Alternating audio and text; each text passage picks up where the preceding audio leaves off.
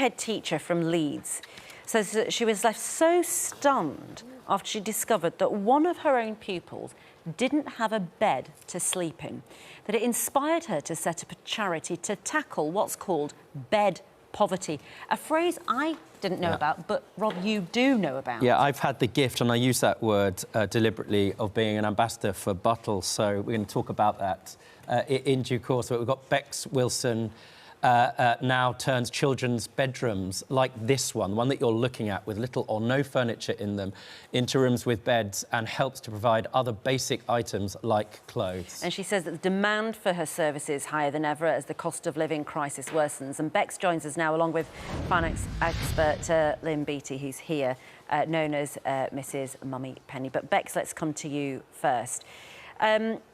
Just describe the moment where you were just in your normal day of teaching. And, of course, teachers come across all kinds of problems from children that they bring into school. But this particular pupil was tired all the time. And you were stunned, weren't you, when you asked why?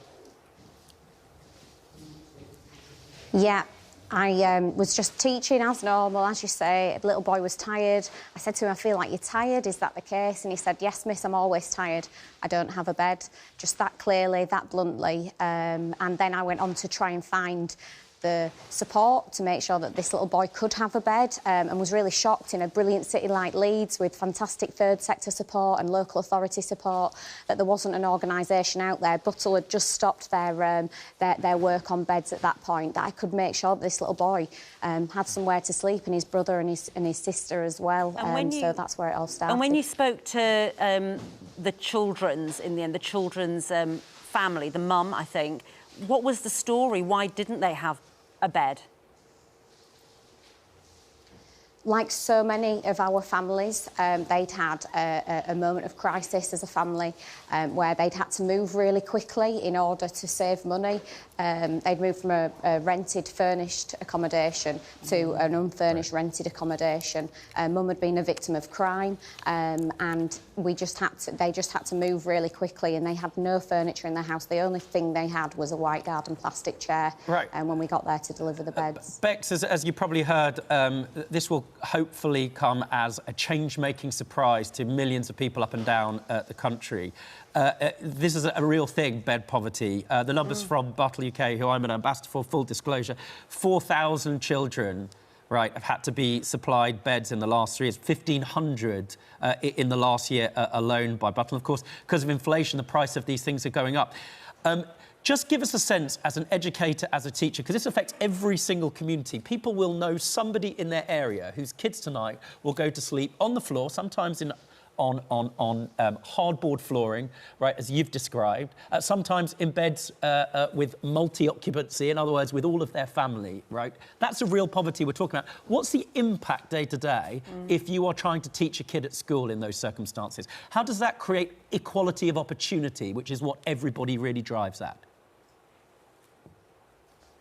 Yeah, you know, we all have a bad night's sleep now and again, don't we? But tiredness over time, sleep deprivation over time can have an effect on all sorts of parts of the brain and the ability to function and concentrate, emotional resilience. And, you know, as teachers, we love finding what it is that a child needs to do next in their learning journey. So if it's B's and D's the wrong way around, or they're not sure which they're to use in a sentence, we're equipped to help them with that. But when you find out that a child doesn't have a bed, when a child's not getting a good night's sleep every night and doesn't have a chance of that, their basic needs are not being met, it's really difficult to not be able to meet that need when you know that that would make such a difference to their education, which we know is the key to breaking the cycle of poverty.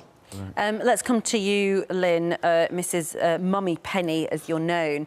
Your thoughts on this? You know, what Beck's doing is absolutely incredible. What the charity does that you support is incredible. But for many of us, you know, I just didn't know that bed poverty was a thing. Like food banks, we know about energy poverty, we know about food poverty, but this completely new to me. And actually, when you hear her talk about it, it's actually obvious that it's a problem, isn't it?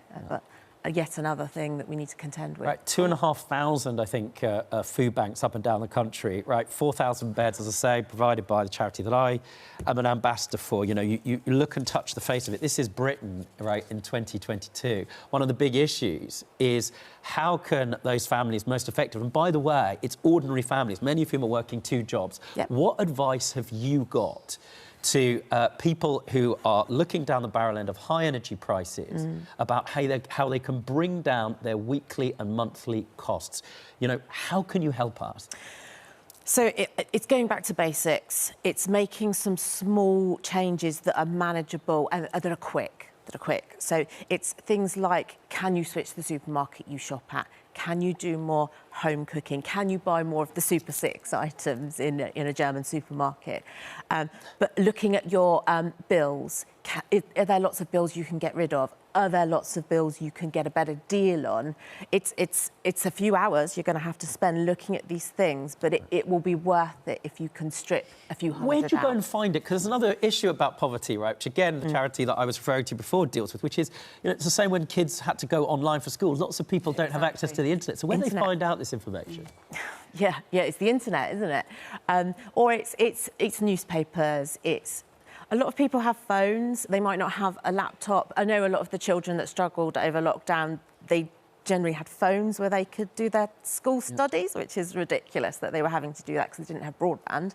And what do you make of those people who are now saying they're just going to cancel their direct debits for energy? My advice is do not cancel your direct debit. Right. It's call the energy company and talk to them about what you can afford. You probably can't afford the whole amount, but at least pay something. Let's just quickly go back to Bex. And it is, as I often find, the people with the least give the most. And you certainly found that, didn't you, with this very first family that showed you what bed poverty really was. The mum did something extraordinary, didn't she, a little while later? She did. 12 weeks later, she turned up at the school gate with some rolled up money, trying to pay me back for the beds, and saying that, you know, we were her light in her darkest day when she thought that things were really difficult and they weren't going to get any better. She couldn't see a way out for her and her children, felt like a failure, that just that start of that bed and the ongoing support that we then gave made such a difference. She went on to start at college, get a full-time job, really turned her family situation around, and she wanted us to take this money and do what we did for her, for some other families just like her too, and that was the reason, the whole reason that we set Zarach up. Bex, thank you so much for sharing that story on a morning, Rob, when you've been incredibly incensed, as we all are, by the money that top executives get. 4,000 kids. Yeah, exactly. And then there's somebody who's struggling, gives money to help others. It's an extraordinary story. Ask sort of existential questions, who we are as a country. Just really quickly, I really must echo what you said, dealing with a lot of these legal cases, Lynn. Pay your bills. Have the balls, excuse me, to get in touch with your energy company and say what you can afford. Yeah. You know, even if it's 10 quid or 50 quid, tell them what you can afford. Well, I like to call middle-class elbows, right? That's why people get to the front of the queue, right? Yeah.